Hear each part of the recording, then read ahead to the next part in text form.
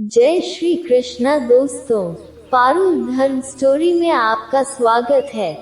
श्रीमद् भगवत गीता एक ऐसा ग्रंथ है जो मानव को कर्म करना सिखाता है, जो मनुष्य को धर्म की सही परिभाषा समझाता है। यह एक ऐसा पवित्र ग्रंथ है जो आपको मोक्ष मार्ग तक ले जाता है। यूँ तो भगवत गीता सनातन हिंदू वैदिक धर्म का आधार है, परंतु आज मानव कल्याण के लिए इस पवित्र ग्रंथ के ज्ञान को दिल खोलकर अपनाने की आवश्यकता है, क्योंकि यही सनातन है और यही शाश्वत है। कर्म ज्ञान से अज्ञात मानव कोई महामानव नहीं, केवल अज्ञानी है। मोह बंधन ही मानव को पथ से भटकाते हैं। सफलता के लिए सद्मार्ग पर चलना अनिवार्य है। योगियों की भांति ही ध्यान केंद्रित करना सीखें, जहाँ स्वार्थ का कोई स्थान न हो। मनुष्य जैसा लेता है आहार, वैसे ही बन जाते हैं उसके विचार। श्रीमद् भगवत गीता एकमात्र ऐसा ग्रंथ है जिसमें मानव मन के प्रश्नों के उत्तर स्वयं नारायण की वाणी से उत्पन्न हो रहे हैं। संशय से बाहर निकलकर कर्म को पहचानने वाला व्यक्ति ही सर्वश्रेष्ठ कहलाता है। योगियों की यही पहचान होती है कि उनकी इंद्रियां उनके अधीन होती हैं। भयमुक्त होता है वह प्राणी जो परमात्मा की इच्छा को अपने लिए आदेश मानकर चलता है। चिंताओं की चिता को दाग वही प्राणी देता है जो पुनर्तः मन भाव से स्थिर हो जाता है। सच्ची श्रद्धा और परमात्मा के प्रति समर्पण तब ही सफल माना जाता है जब उसमें कोई शंका न हो। जीवन में अपने पथ से भटकने वाला व्यक्ति कभी भी परमात्मा की प्राप्ति नहीं कर सकता, फिर चाहे वह कितना भी कुछ क्यों न कर ले। भय के होने पर मन की स्थिति भयानक हो जाती है। वीर वही है जो कर्मज्ञान का अनुसरण करता हो। सृष्टि में हर जीव के हृदय में नारायण का ही वास है। मनुष्य को चाहिए कि वह अपने भीतर के नारायण का स्वरूप जाने। जब कभी भी सृष्टि पापियों के पाप से आतंकित होती है, तब नारायण इस धरती पर धर्म बचाने, सृष्टि की संस्कृति, ज्ञान और मानवता के संरक्षण के लिए अवतार लेते हैं। परमात्मा की लीलाओं को जिसने शून्य होकर जान लिया, उसने जीवन के अनंत ज्ञान की प्राप्ति कर ली। राजसी, तामसी और सात्विक के आधार पर ही मानव के गुण, प्रकृति और व्यवहार का निर्धारण होता है।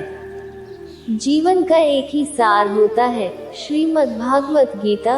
यही सार यदि जीवन का आधार बन जाए तो जीवन सफल बन जाता है। आत्मा न तो जन्म लेती है और न ही मरती है, आत्मा अमर है। जो मुझे सर्वत्र देखता है और सब कुछ मुझ में देखता है, उसके लिए न तो मैं कभी अदृश्य होता हूँ और न वह मेरे लिए अदृश्य होता है। एक अनुशासित व्यक्ति अपना तथा समाज व देश का विकास कर सकता है। शिक्षा और ज्ञान उसी को मिलता है जिसमें जिज्ञासा होती है।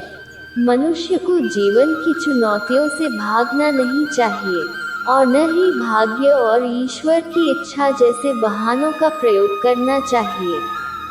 आत्मज्ञान की तलवार से अपने हृदय से अज्ञान के संदेह को काटकर अलग कर दो। उठो, अनुशासित रहो।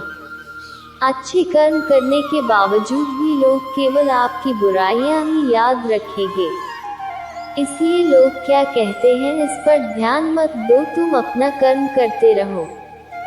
सत्य कभी दावा नहीं करता कि मैं सत्य हूँ, लेकिन झूठ हमेशा दावा करता है कि सिर्फ मैं ही सत्य हूँ। गलतियाँ ढूंढना गलत नहीं है, बस शुरुआत खुद से होनी चाहिए। अच्छी नीयत से किया गया काम कभी व्यर्थ नहीं जाता और उसका फल आपको जरूर मिलता है। जिससे किसी को कष्ट नहीं पहुँचता तथा जो अन्य किसी के द्वारा विचलित नहीं होता। जो सुख दुख में भय तथा चिंता में संभाव रहता है, वह मुझे अत्यंत प्रिय है। क्रोध से मनुष्य की मति मारी जाती है, यानी मूढ़ हो जाती है, जिससे स्मृति भ्रमित हो जाती है। स्मृति भ्रम हो जाने से मनुष्य की बुद्धि नष्ट हो जाती है। और बुद्धि का नाश हो जाने पर मनुष्य खुद का अपना ही नाश कर बैठता है। जो मनुष्य सुख और दुख में विचलित नहीं होता है, दोनों में समभाव रखता है, वह मनुष्य निश्चित रूप से मुक्ति के योग्य है। आत्मा को न शस्त्र काट सकते हैं, न आग उसे जला सकती है, न पानी उसे भिगो सकता है, न हवा उसे सुखा सकती है। ध्यान का अर्थ है भीतर से मुस्कुराना, और सेवा का अर्थ है इस मुस्कुराहट को औरों तक पहुंचाना। हृदय से जो दिया जा सकता है वो हाथ से नहीं, और मौन से जो कहा जा सकता है वो शब्द से नहीं। समय और भाग्य दोनों परिवर्तनशील है, इन पर कभी अहंकार नहीं करना चाहिए। सुकून संसार की सबसे महंगी वस्तु है, जो केवल आपको प्रभु की भक्ति से ही मिलेगी। मनुष्य की मानवता उसी समय नष्ट हो जाती है जब उसे दूसरों के दुख में हंसी आने लगती। अगर भगवान तुम्हें ज्यादा इंतजार करवा रहा है तो तैयार रहना, वो उससे कहीं ज्यादा देने वाले हैं जितना तुमने मांगा था। मन को प्रभु के साथ जोड़ दो, जहाँ प्रभु जाए वहाँ मन जाए, और जहाँ मन जाए वहाँ प्रभु साथ रहे। मुश्किलें केवल बेहतरीन लोगों के हिस्से में आती है, क्योंकि वही लोग उसे बेहतरीन तरीके से अंजाम देने की ताकत रखते हैं। अगर परमात्मा तुम्हें कष्ट के पास ले आया है, तो अवश्य ही वो तुम्हें कष्ट के पार भी ले जाएगा। जो भी हुआ अच्छा हुआ, जो हो रहा है अच्छा हो रहा है, जो भी होगा अच्छा होगा। भविष्य के बारे में चिंता मत करो, वर्तमान में जियो। निंदा से घबराकर अपने लक्ष्य को न छोड़े, क्योंकि लक्ष्य मिलते ही निंदा करने वालों की राय बदल जाती है। जो सरलता से मिलता रहे उसका महत्व नहीं रह जाता। अक्सर खो देने के बाद समय, व्यक्ति और संबंध के मूल्य का आभास होता है। चिंता मत करो, क्योंकि जिसने तुम्हें इस संसार में भेजा है उसे तुम्हारी ज्यादा चिंता है। किसी और का काम पूर्णता से करने से कहीं अच्छा है कि अपना काम करे, भले ही उसे अपूर्णता से करना पड़े। उस दिन हमारी सारी परेशानियां खत्म हो जाएगी, जिस दिन हमें यकीन हो जाएगा कि हमारा सारा काम ईश्वर की मर्जी से होता है। कुछ लोग अपने अधिकार के लिए तो संघर्ष करते हैं, परंतु अपने कर्तव्य को भूल जाते हैं। दुख का मूल कारण ही यही है कि सुख की तलाश में बाहरी दुनिया में भटकते रहना। ईश्वर की शरण में निस्वार्थ भाव से जाएं, क्योंकि आपको क्या चाहिए उन्हें पता है। जो सरलता से मिलता रहे उसका महत्व नहीं रह जाता। अक्सर खो देने के बाद समय, व्यक्ति और संबंध के मूल्य का आभास होता है। बिना मुहूर्त के जन्म लेता है और बिना मुहूर्त के ही दुनिया से चला जाता है।